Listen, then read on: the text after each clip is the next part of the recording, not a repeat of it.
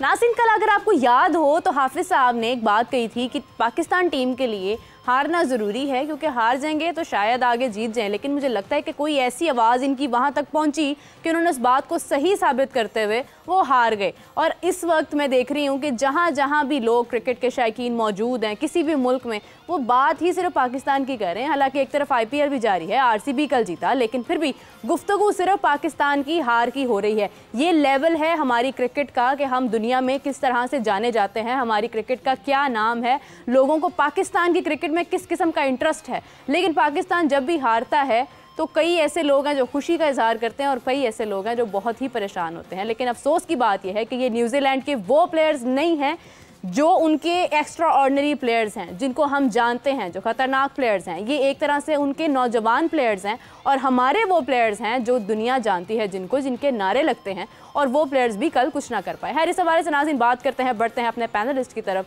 सबसे पहले आपकी मुलाकात करवाएंगे नाज़रीन फॉर्मर क्रिकेटर, बेहतरीन परफॉर्मर आमिर नज़ीर साहब, अस्सलाम वालेकुम। दूसरी जानिब नाज़रीन आप सबकी जान, क्रिकेट की शान, इस वक्त परेशान हाफिज़ इमरान, अस्सलाम वालेकुम।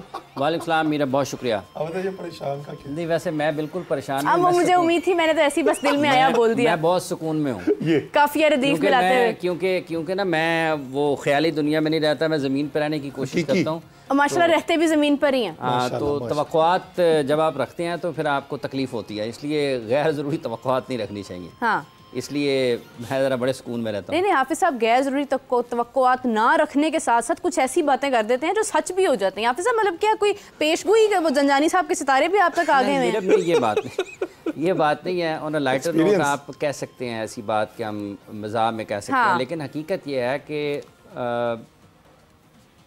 जब हम एक ऐसी जगह पर बैठे हैं जहाँ पर अल्लाह ने हमें ये ज़िम्मेदारी दी है कि आपने दुरुस्त बात लोगों तक पहुँचानी है, हम कोशिश ये करते हैं कि इसमें कोई ऐसी बात नहीं है आपको बहुत बड़ी बात कर दें जी मैंने को पता नहीं क्या तूफ़ान मचा दिया, ऐसा नहीं है।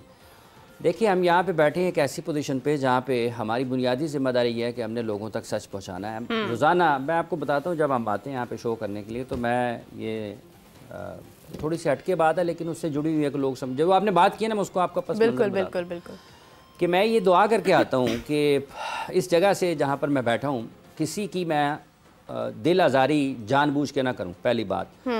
दूसरी बात यह है कि इस ज़ुबान से निकलने वाले हर लफ्ज़ का ज़िम्मेदार मैं खुद हूँ। मैंने इसका आपको या और लोगों को जवाब दे अगर समझता हूँ तो मुझे होना चाहिए, क्योंकि आप लोग सुनते हैं, सुनने वालों के भी। मैंने इस अपने हर लफ्ज़ का जवाब अल्लाह को देना। बिल्कुल सही।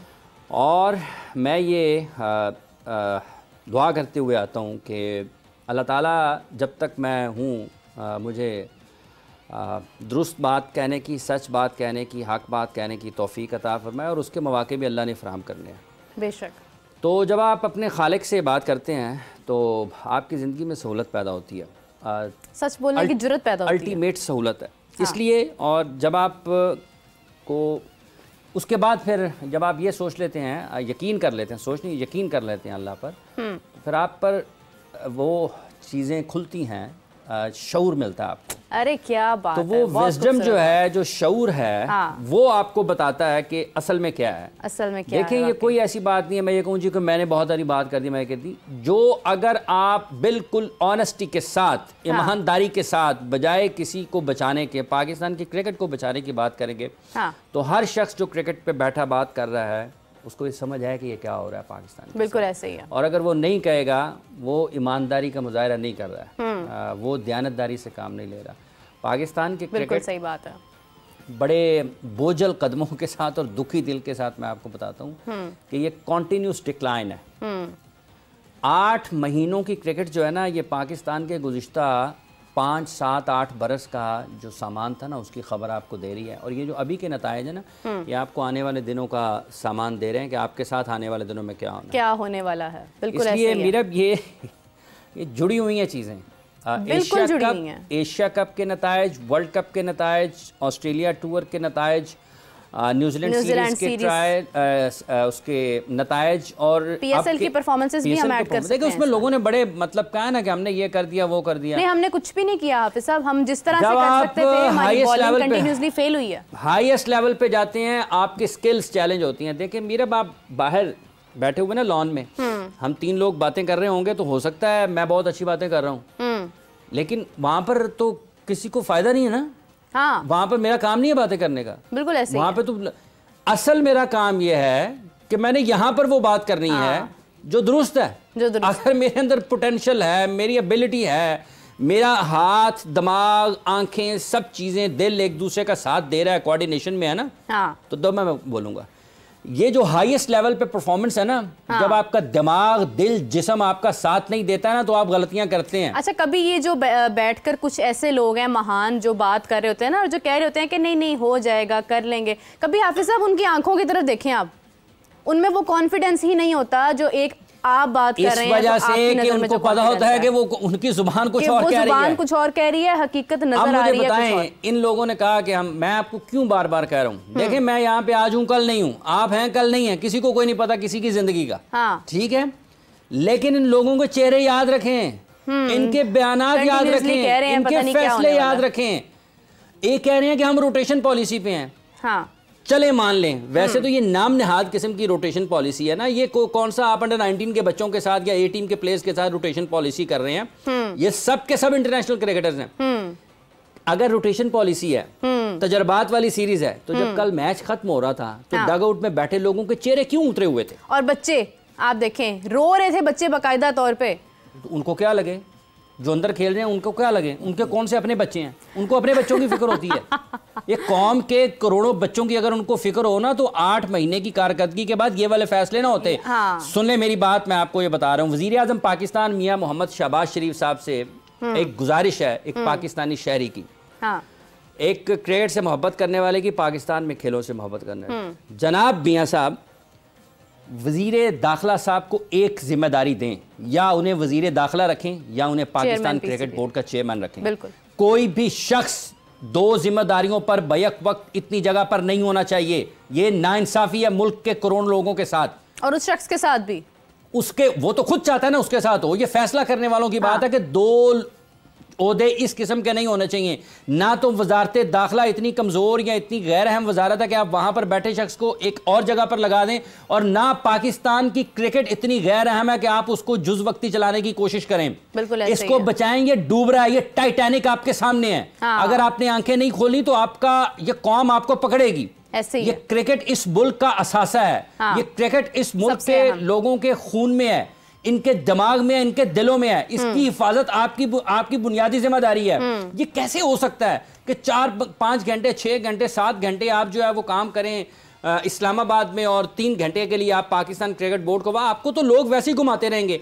ये जो सिलेक्शन कमेटी के लोग, ये जो फैसले हुए हैं ना, ये तबाहकुन फैसले हैं। बिल्कुल ऐसे ही है। मैं आपको चलेंगे फिर रख लेता हूँ। नहीं हाफिज साहब देखें, अब आमिर नज़ीर साहब आपसे सिलसिला शुरू करती हूँ गुफ्तगू का, कि देखें कि जिस तरह से हमारे पास प्लेयर्स की कोई ख़ास क्वालिटी या क्वांटिटी या कोई बैकअप मौजूद नहीं है, क्या हमारे पास चेयरमैन के लिए भी कोई बैकअप मौजूद नहीं है कि अगर एक शख्स जो है वो वज़ीर दाखिला की ड्यूटी निभा रहा है तो आपने उसी को एज अ चेयरमैन भी आपने उसको रखना, ये कोई मजबूरी है हमारी?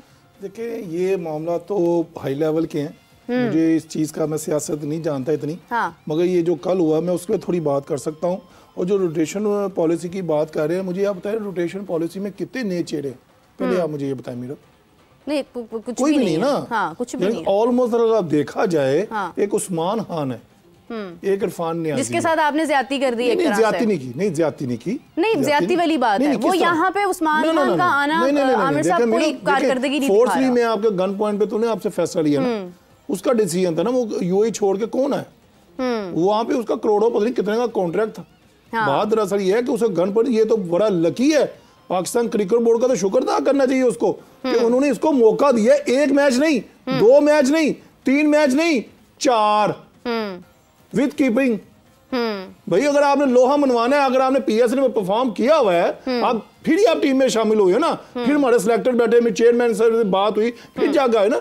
इसमें क्रिकेट बोर्ड का, इसको दाद देनी चाहिए क्रिकेट बोर्ड को। आपने ऐसे बच्चे को डाल दिया जिन्होंने, आपने अपने जो बैक पे हमारे जो डोमेस्टिक में परफॉर्म कर रहे थे, साहबजादा फरहान वगैरह, इसको इग्नोर करते हुए आपने इसको चांस दिया, इसके साथ ज्यादती नहीं, इसके साथ तो भला हुआ। अच्छा सिर्फ आपने ये शो करना है कि हमने पीएसएल से कुछ निकाला है, निकाला, हाँ वही मैं बताना चाह रहा हूं। पीएसएल को प्रमोट करना है आपने, ना डोमेस्टिक को प्रमोट करना है, ना फर्स्ट क्लास को। पॉलिसी के ऊपर आ रहा हूं, कौन है रोटेशन पॉलिसी में, मुझे 2 नाम थे ये जो मैंने आपको बता दिया, बाकी आपके वही पुराने पुराने क्रिकेटर हैं जो आज से नहीं खेल रहे, कम से कम 3-3, 4-4, 2-2 साल से वो खेलते हुए आ रहे हैं। पॉलिसी है तो बाबर आजम बाहर क्यों नहीं इंतजार करते, बैठे ना फिर। कहा था ना वो हेड कोच साहब ने कहा था। बाबर आजम की मैं थोड़ा क्रिटिकली बात करना चाहूंगी कि बाबर आजम की कैप्टेंसी पहले गई कि नहीं, परफॉर्म नहीं कर पाए, कोई स्ट्रेटजी नहीं कर पाए, कोई कैप्टेंसी स्किल्स नहीं नजर आए, अब 2 मैचेस में भी परफॉर्म नहीं कर पाए हैं, तो क्या अब भी कैप्टेंसी जानी चाहिए? देखिए ना खुद परफॉर्म कर पा रहे हैं, ना कोई टीम की स्ट्रेटजी है, ना बैटिंग ऑर्डर ठीक है कि ये जो कल क्रिकेट पाकिस्तान ने खेली है, हाँ, ये जो बड़े बड़े लोग बाहर बैठे हुए हैं डग आउट में, पाकिस्तान टीम के कोचिंग स्टाफ का हिस्सा हैं, हाँ जी, इनसे पूछे ना कि क्या गेम प्लान क्या था, मैच प्लान क्या था। मतलब आप कह रहे हैं हम बड़े इवेंट में अच्छा परफॉर्म करेंगे, जो खेलता है वो तो हर जगह परफॉर्म करता है ना। देखिए कल मैं क्रिकेट की बात करूंगा, हाफिज साहब तो माशाल्लाह उस्तादों के उस्ताद हैं, उनका अल्फाज मैं नहीं पकड़ सकता मगर ये देखें कल जो हमने बाबर आजम ने जब टॉस हुआ तो यकीन माने हमने उसी टाइम मैच अपना लूज कर दिया। मैं अपनी क्रिकेट की जो मेरी नॉलेज है वो बता रहा हूँ। भाई आप मैच हार गए, कोई बात नहीं, न्यू डे था, न्यू टॉस था, विन हुए, आप उनको खुद बैटिंग करने के लिए जाते। बिल्कुल आपके पास क्या था ना, हमारे पास प्राइम फास्ट बॉलर हैं, प्राइम हमारे पास लेगी हैं, हम हमारा अमान वसीम भी है, तो भाई आप 225 लगाते, 250 लगाते, फिर आप उनको प्रेशर डालते, आप उनको लेके आते। देखिए पिच जो थी ना सेकंड टाइम वो इतनी आसान नहीं थी, वो मुश्किल पिच हो गई थी, डबल पेस से बॉल आ रहा था, शॉट लग नहीं रहे थे, और सबसे बड़ा क्रेडिट जाता उनका प्लानर का जो उनका बैट बैठते away of the body ball कर रहे थे। लेकिन आमिर साहब उधर जो मतलब वहां पर जो लोग थे उनका तो कहना ये था कि पिच जो है वो बैटिंग फ्रेंडली है, तो आपकी तो बैटिंग ही फ्लॉप फ्रेंडली हो तो आप क्या करना चाहिए, तो बैटिंग ही फ्लॉप हो गई आपकी। नहीं फ्लॉप नीचे हुई, अगर पहले करते तो हम 250 कर जाते। हाँ मेरे हमने पहले ही पता। और दूसरी बात जो हमने सिलेक्शन की, यहाँ पे शहनशाह अफरीदी का खेलना बहुत जरूरी था।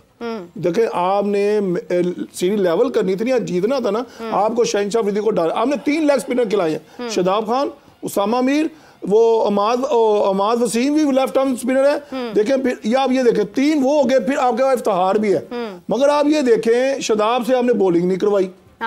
ठीक है, उसामा मीर साहब टॉप विकेट टेकर थे आपके PSL के, उनकी आप बॉलिंग देख ले। यार कौन सी ट्रेनिंग तू कर रहा है, इतने दिनों के बाद तू मैच खेलने आ रहा है, तेरी बॉडी नहीं लग रही, तेरा बॉल देखो हाफ पिच में गिरा रहा है, तो इस तरह तो नहीं होता। ये का कोल्ड ट्रेनिंग उसका असर कहाँ पे है? मैं प्लेयर पे डिपेंड करता है ना, यानी कि इतनी पुअर बॉलिंग मैंने कभी नहीं देखी जैसे उन्होंने करवाई है। और ये कुछ फैसले थे। देखिए बाबर आजम से रोटेशन पॉलिसी की बात करते हैं, पहला ओवर किसने किया? इमाद वसीम ने, फिर आमिर ने, फिर जनाब फखर जमान ने, फिर जनाब उसने। वो भाई ये कौन सी हमें बता रहे हैं? अच्छा फखर जमान की बात हो रही है हाफिज साहब के, फखर जमान ने बड़ा परफॉर्म किया, फखर जमान का अपना भी ये कहना था कि नहीं मैं अगले मैच में। और बात ये है कि आप देखें कि 40+ गेंदें हैं और उसके ऊपर आप 60+ रन्स दे रहे हैं, और वो भी आप किस नंबर पर कहां पर जाके दे रहे हैं। आपको नहीं लगता कि अगर फ़खर से इतनी उम्मीदें थी कि फ़खर अच्छा परफॉर्म कर लेंगे तो फ़खर आ जाते शुरू में? ये जो रोटेशन पॉलिसी है इसका क्या फायदा है? बात यह है कि कल वो मैच के बाद बोले भी हैं और उन्होंने अपने ख्यालात का इजहार भी किया है कि उनको बता दिया गया था कि पहले 3 मैचेस जो हैं वो नहीं खेलेंगे। और उन्होंने ये भी कहा है कि मिसबाहुल हक जो कि उस वक्त जब इनका बैटिंग ऑर्डर तब्दील किया गया तो उन्हें कहा था कि आज नंबर 5-6 पे खेलेंगे तो ज़्यादा बेहतर खेल सकते हैं। अब उनका जो बैटिंग ऑर्डर है उस पर तो वो नहीं खेल रहे हैं। अब ये उज़र नहीं है, ये उज़र नहीं है कि मैं चूंकि वहाँ नहीं खेल रहा तो इसलिए मेरे से वो तवक्को ना कीजिए। अगर आप वहाँ नहीं खेल रहे तो आप जहाँ खेल रहे हैं वो आप अपनी मर्जी से खेल रहे हैं, आपको वहाँ परफॉर्म करना है। ठीक है, कल जो वो खेलने के लिए आए, अगर आप उनकी बैटिंग को देखते हैं तो वो बहुत ज़्यादा पुरएतमाद नहीं थे। ठीक है, पुरएतमाद नहीं थे, इनसाइड एज लग रहे थे। और क्रेडिट देना पड़ेगा। देखें जो लोग कहते हैं ना हिकमत अमली, जो ये कहाँ है डेटा स्पेशलिस्ट, निकाले ना कर इनको बुला के पूछें कि वो न्यूजीलैंड वाले कोई और किस्म का डेटा साथ लेके आए हुए हैं। एग्जीक्यूशन होती है ये डाटे वाटे की नाम पे जो तबाही हो रही है ना पाकिस्तान के क्रिकेट में। लोग अपनी अपनी फ्रेंचाइजें बचाने के लिए कि डाटे वाला फ्रेंचाइज वाले मालिक के साथ है, मैं इसको साथ रखूँ, मेरा काम बनता रहेगा।